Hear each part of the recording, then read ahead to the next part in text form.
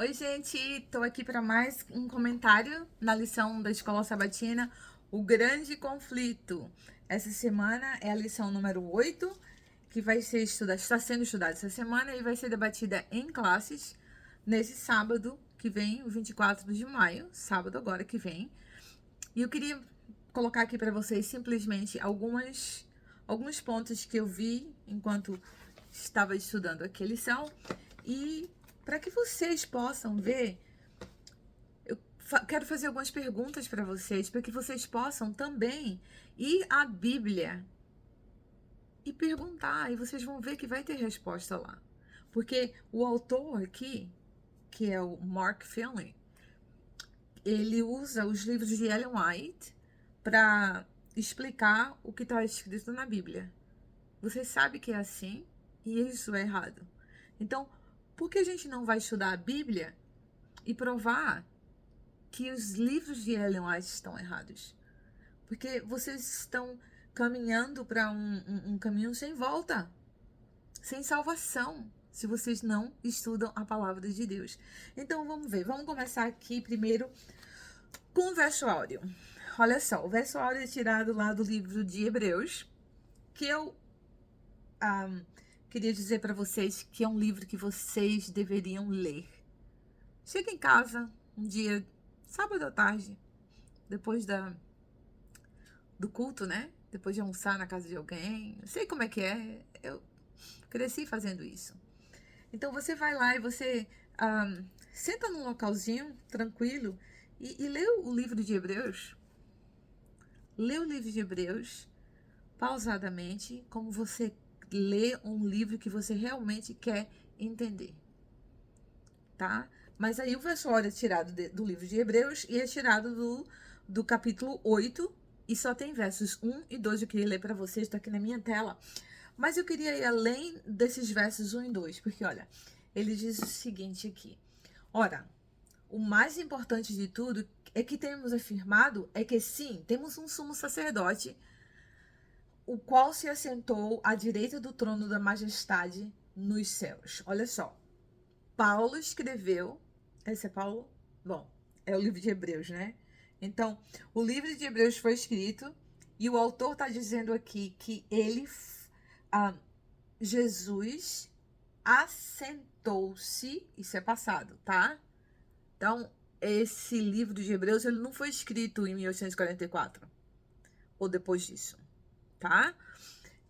Então, ele diz aqui que um sumo sacerdote, nós temos um sumo sacerdote o qual se assentou à direita do trono da majestade nos céus, tá?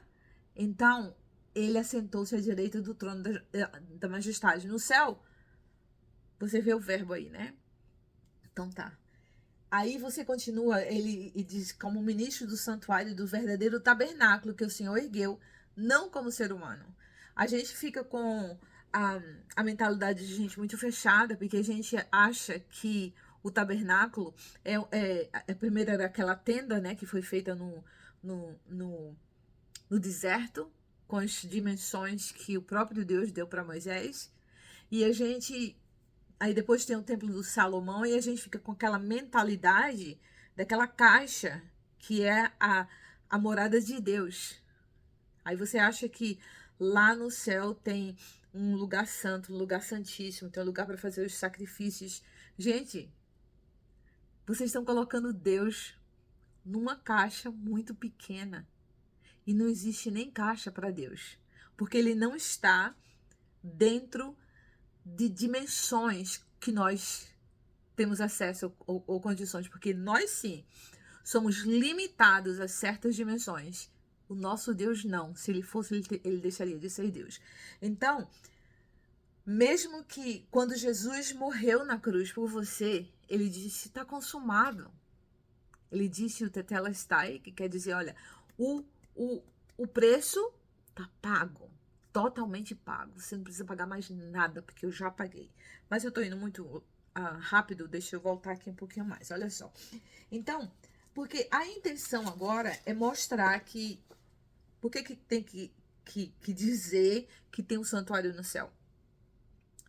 E tem um lugar santo e o santíssimo. Aí eu quero perguntar para vocês, então Jesus, ele morreu e ele foi para o lugar santo. Ele é Deus, gente. Aonde ele está, o lugar é santíssimo. Aonde Deus está, Jesus é Deus. O lugar é santíssimo, não tem separação, tá? E uma outra coisa, quando Jesus, eles querem dizer que tem esse santuário lá, porque ele tem que dizer que o santuário lá do céu foi purificado, porque ele foi ah, dessecrado, né? Pelo próprio Jesus. Você já parou para pensar nisso, gente?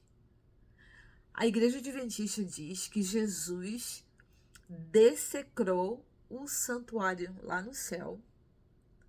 Gente, nunca entrou nenhuma sujeira no céu, na presença de Deus. Deus, Jesus, ele tá lá e ele não levou em si, ele não transferiu para o céu as imundícies daqui da terra. Sabe por quê? Porque o sangue de Jesus não transfere. O sangue de Jesus purifica. O seu pecado, ele não foi transferido para o céu, como o grande conflito fala.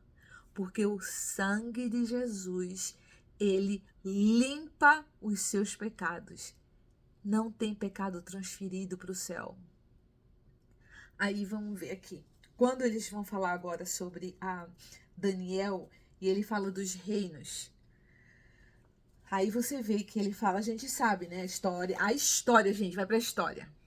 A história fala que primeiro foi a Babilônia, lembra que a Babilônia levou o pessoal lá de Israel, o pessoal da Síria, desculpa, o povo do sul foi depois para a Babilônia, o do norte já tinha ido lá para a Síria. E aí agora, depois da Babilônia, vocês lembram quando o Belshazzar. O Belshazzar estava fazendo aquele jantar com os utensílios do templo e ele pediu para todo mundo comendo e fartos naquelas festas loucas que ele fazia. E naquele momento em que a mão estava sendo... Lembra que teve uma mão de um anjo que apareceu e fez uma escrita na parede? Naquela noite, ele foi morto, porque o exército da Medo-Pérsia tomou a Babilônia naquele momento. Então aí você vê Babilônia, Medo-Pérsia, aí depois da Medo-Pérsia você vê a Grécia, e aí eles já colocam aqui no sábado que depois da Grécia já vem a Roma. E eles passam por um período muito importante, que eu já falei para vocês, que é a purificação do santuário, da qual Daniel 8 fala, tá? E da qual o próprio Jesus, eu já falei para você lá em João 10, ele vai para Jerusalém celebrar a festa das luzes, que é a festa de comemoração da limpeza do templo, a limpeza, a purificação do templo. O próprio Jesus celebrava isso todos os anos, tá? Porque ele sabia o que tinha acontecido já. E que não existia essa de purificação do templo lá em cima, porque isso aí é a história que foi contada depois do desapontamento de 1844. Mas voltando aqui, nessa parte da história que eles não mencionam aqui na lição, é muito interessante. Eles passam da Grécia direto para Roma, sem mencionar que em detalhes a profecia fala desses 4 generais, porque vocês sabem que Alexander o Grande, ele morreu. Vocês sabem disso. Muito jovem. E diz a história que em sua cama de morte, alguém pergunta para ele quem vai lhe suceder. Ele fala, o mais forte. Aí sabe o que aconteceu?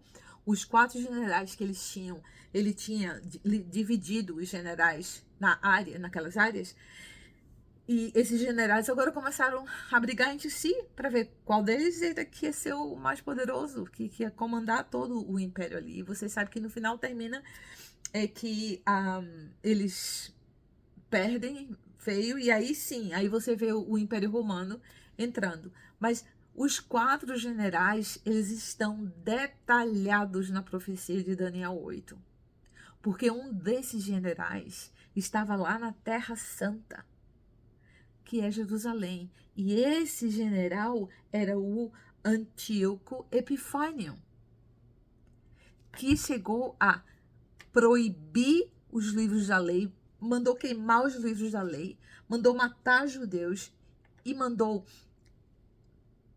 colocar porcos, sacrificar porcos dentro do santuário. Vocês sabem que o porco, ele é, lá em Levítico, ele é considerado imundo, e o povo judeu jamais iria nem tocar. Imagina sacrificar o porco no santuário.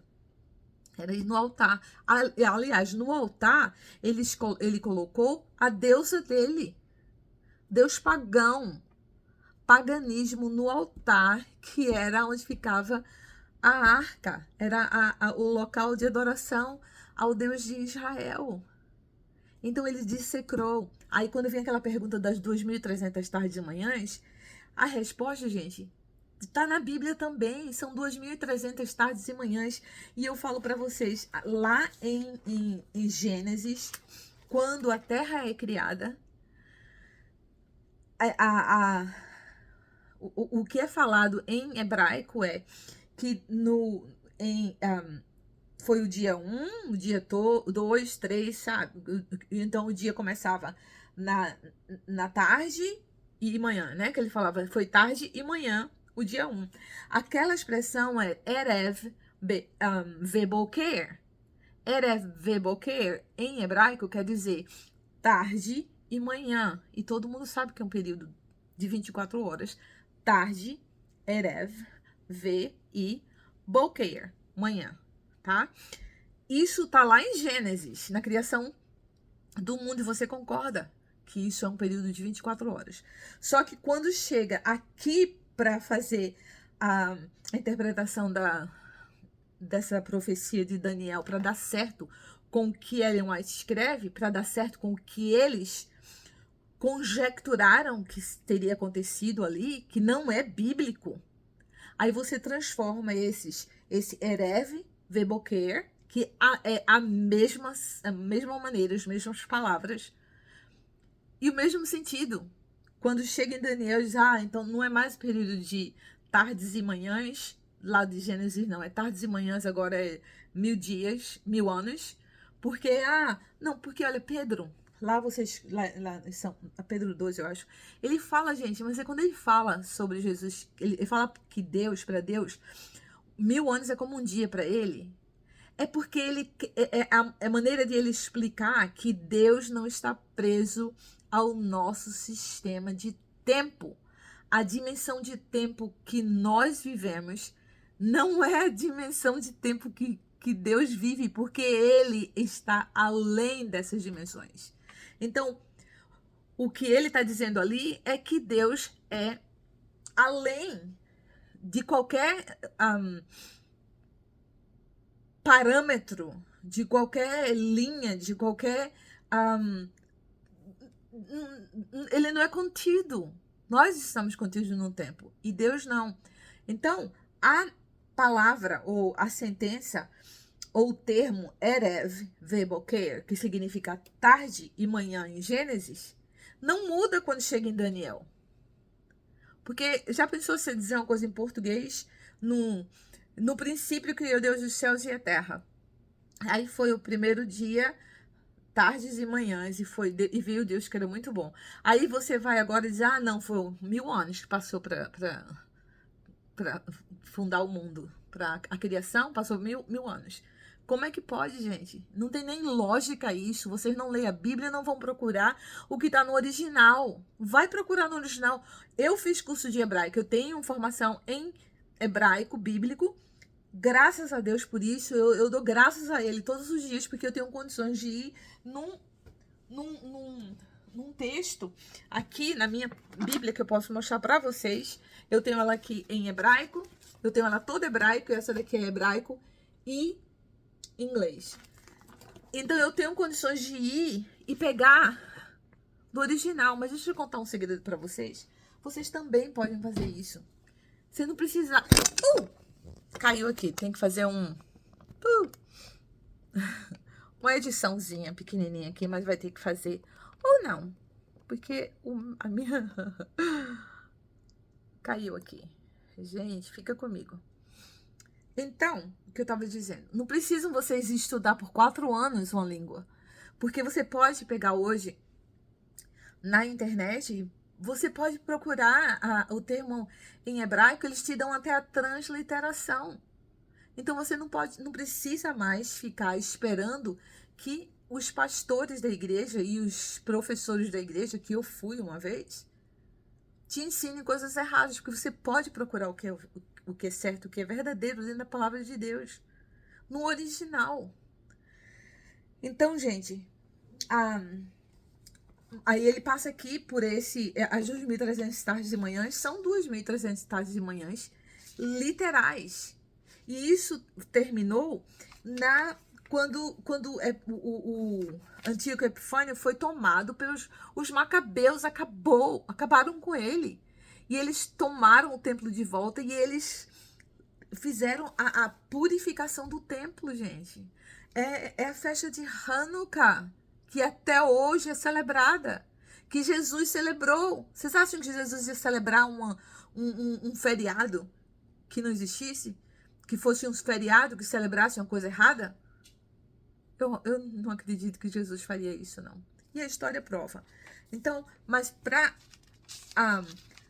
a teologia dentro da igreja adventista certa, eles têm que ensinar que existe um santuário físico lá no céu e que existe, olha só, deixa eu passar aqui para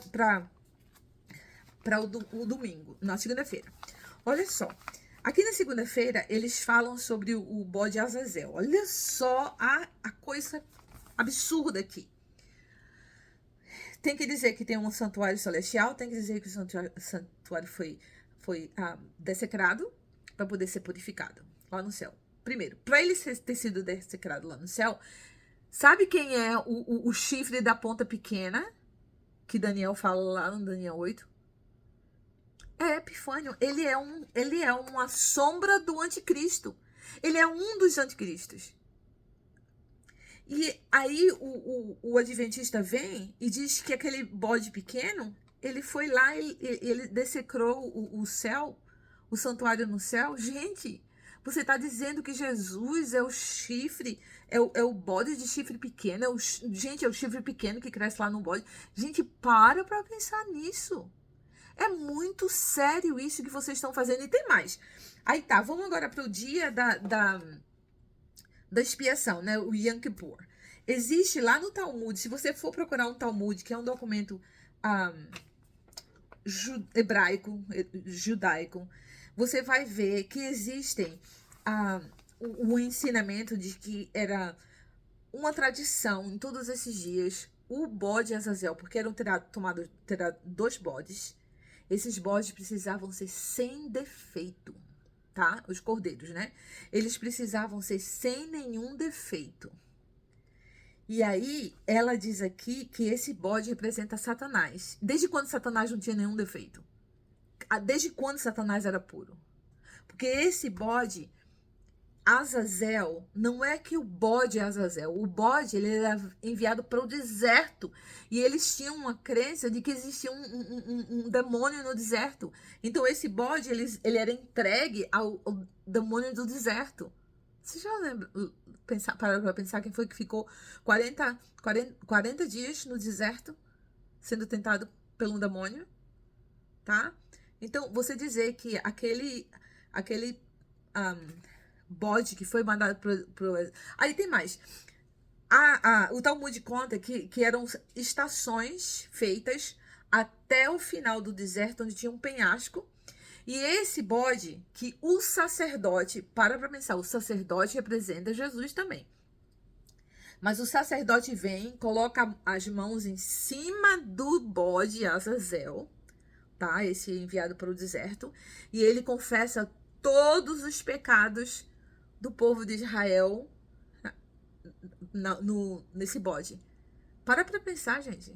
Você diz que o bode Azazel é Satanás, então Jesus está colocando suas mãos na cabeça de Satanás e confessando o seu e o meu pecado na cabeça de Satanás,